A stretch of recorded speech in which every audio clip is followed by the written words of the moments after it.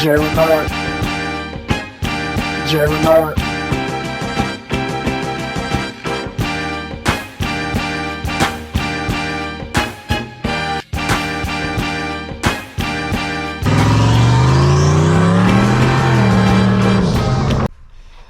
Alright, what's going on, my people? Welcome to the Sn95 Power channel. I'm using a GoPro, so you got this little weird wide angle going on right here. So, previous video, we did the good old-fashioned smoke test on the car, and come to find out, the intake spacer I had a leak. So, went on Amazon and I bought another intake spacer. And it's one of these things, you gotta be careful what you buy off of Amazon. So normally those intake spacers is some kind of polymer material, space age material, whatever it is. So the idea behind these spacers is, you know, it's supposed to be like a buffer to space heat. Now, this 1-inch spacer I got off of Amazon. I went with a 1-inch because everybody else had like 3/8. I have a 3/8 on there now, and I was trying to get something as quick as possible. This was the one that I can get as quick as possible, but they didn't say this was made out of aluminum. Like, this thing is pretty big, pretty heavy, and it's basically a big heat sink. And I don't know how this is gonna work,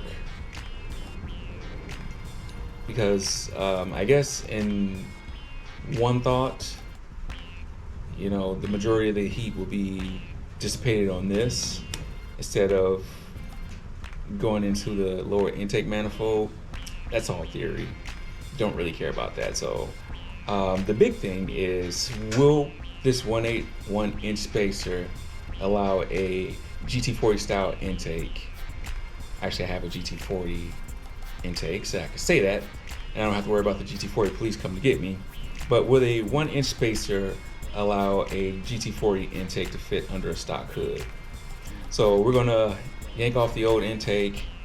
We're gonna test fit this. Hopefully it work, and we're gonna get this installed. Now here's the old one that I tried to patch up. And this thing is kind of in bad shape. And it was funny, I just remember that you can see one crack right here, how it went through. And I believe it's probably got a crack on the backside someplace too, because I just remember hearing a cracking sound in a couple of different spots as I was tightening this intake. So we'll pull this off and see if we can find any more damage. All right, how you clean out your intake after you remove the gasket debris is your prerogative.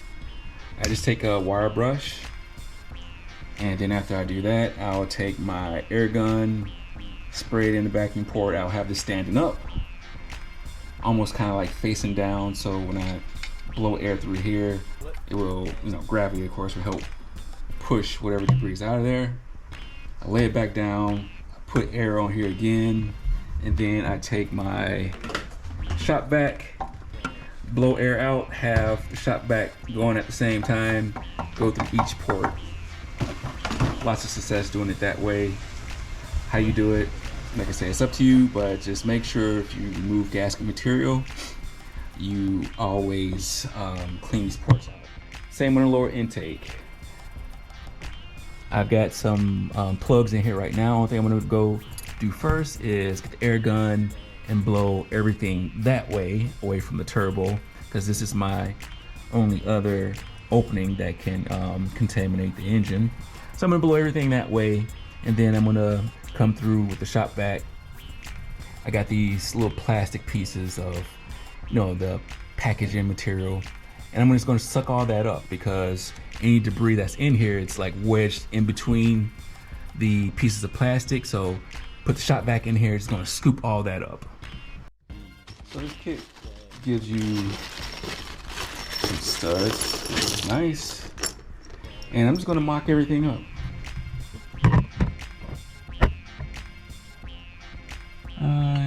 shall see.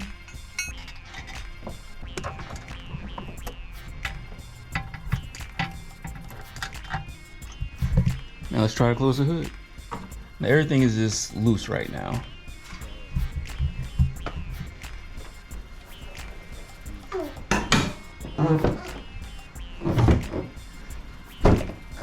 It's closed to me. All right, we got everything on. Let's hop in the car, crank it up, see where the vacuum's at. If the vacuum is normal, then we know it's a good tight seal.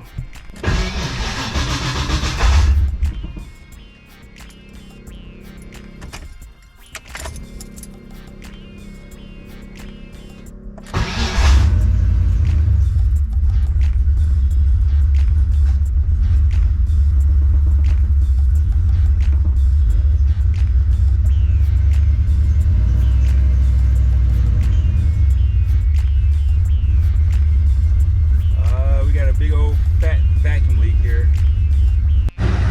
She was leaking a little bit. I'm just gonna crank this down before I smoke test it. See where the vacuum ends up at. Should be about 10. Bounces between 10 and 11 at idle. Alright, let's see where she's sitting at.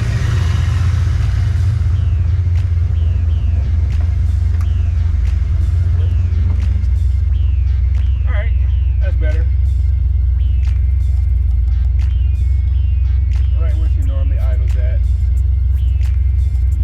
I think I'll let this warm up for a bit, and then we'll do another about a quarter turn on these bolts.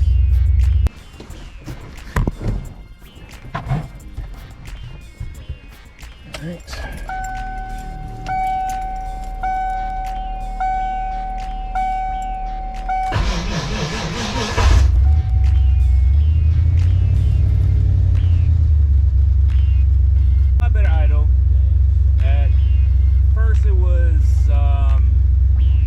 Jumping anywhere between 8, 9, and 10. Fan kicked on, throwing in gear. So now I know that I have the throttle body open enough, it's getting enough air that it won't clunk out. Your tune will make your idle, your vacuum vary depending on your spark and your fuel, but this is about where I want it. So once it dries up, we'll go for a test ride and see if this cures the header glow. All right, what's going on, my people? Welcome back to the Sn95 Power Channel. Today is a glorious day, not just because this is the day that the Lord has made, but we finally turned the page after a year and a half of this header glowing issue that this car had. Now I'm just heading out right now just to take a little victory lap. It's a beautiful day outside. It's about 80, mid 80s. Don't really have any objective for this video outside of just stress testing the car. The tuner said, my man Decipher at EFI Dyno Tuning, he looked over the data that I sent him. Everything looks good. Only problem is I have these 20-inch rims on. Now the 20-inch rims themselves isn't a problem. Is the tire compound. I believe these are a 360 tread rating, so they're kind of soft, but I'm gonna need an R compound tire for this setup. So I'm going to embrace this big wheel life, and I'm just going to get me a 20-inch R compound tire. I'll probably still keep the SVE set up, just so if for whatever reason, but I think going into next year, I'm just going to keep the 20, and we're going to go with an R compound And any kind of activity I do is going to be with that setup. All right, make sure I got the dialogue going, because I always forget to hit this dialogue button. So let's talk about what happened. And I feel kind of stupid, but as my friend Greg told me, don't feel stupid, because you still was able to figure it out on your own. So if you are regular to the channel, you've seen my little smoke test setup that I have. It's just like a fluid transfer pump that I bought from Walgreens or Walmart. And I throw like a little cigar, black and mild or something up in there, and that's the way I smoke tested the engine before.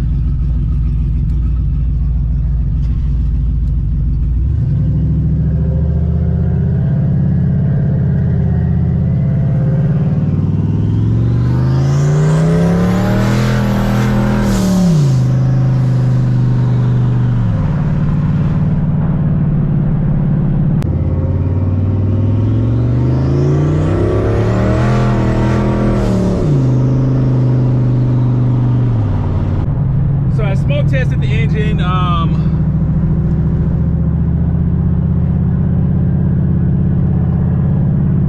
Yeah, I'm not even gonna front. That felt great. I smoke tested the engine before, and I didn't have any leaks. But you know, a black and mild is probably what, 3 inches long or something like that.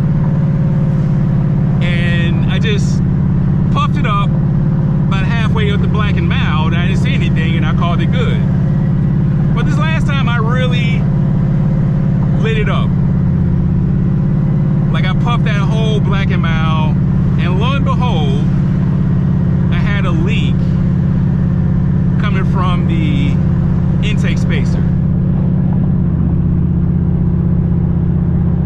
Now, small block Ford, you know, even on modular motors, you know, the 4-valve motors, they sell like these little, whatever the material is different materials of an intake spacer. The performance-wise, they really don't do anything, but, you know, they're good for clearances on a small block Ford. So if you have tall injectors or a tall valve cover, this spacer helps with clearance. So I had to use a 3/8 spacer on mine. And I don't know what the material is, like I said.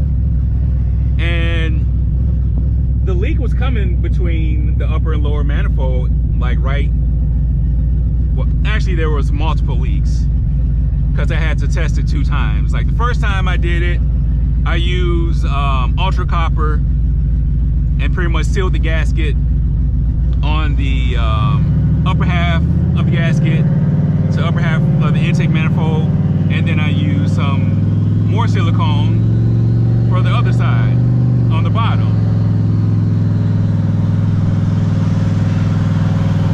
That sealed up real good.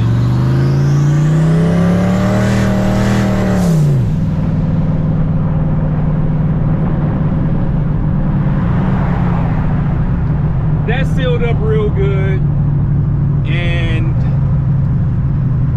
retested it, bought another black and mild, lit the whole thing up, and there was a crack right at the front of the intake spacer, And it's so funny because I heard that crack as I was torquing the intake down. I just didn't pay no attention to it. So I used more ultra copper and just gooped where that leak was, re-smoke tested it, and it was fine. Took the car out, beat the crap out of it like I'm doing right now. No glowing header. I'm afraid this thing is gonna hit 1 bar.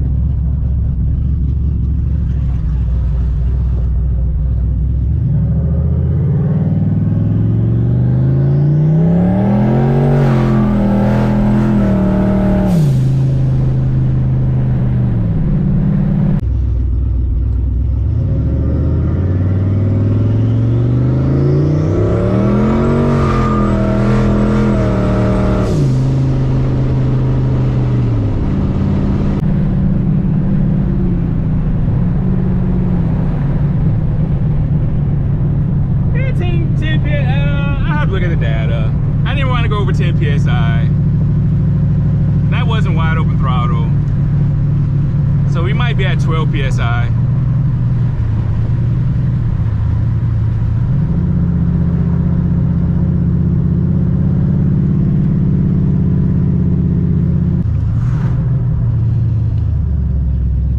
I gotta see where this converter.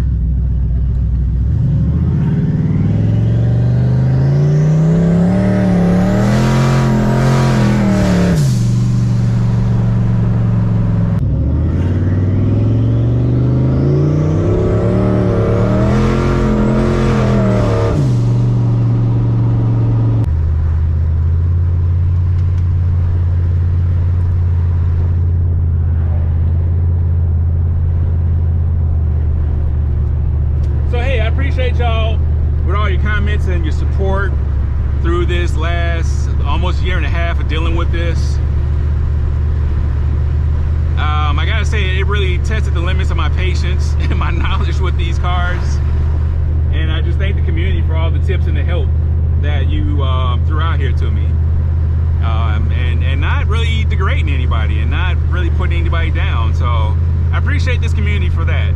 Because there are a whole lot of other communities who would have talked crap and, you know, tried to make somebody feel bad. But, you know, you guys and gals are outstanding out here. So tell a couple of people about the channel. Until next time, God bless.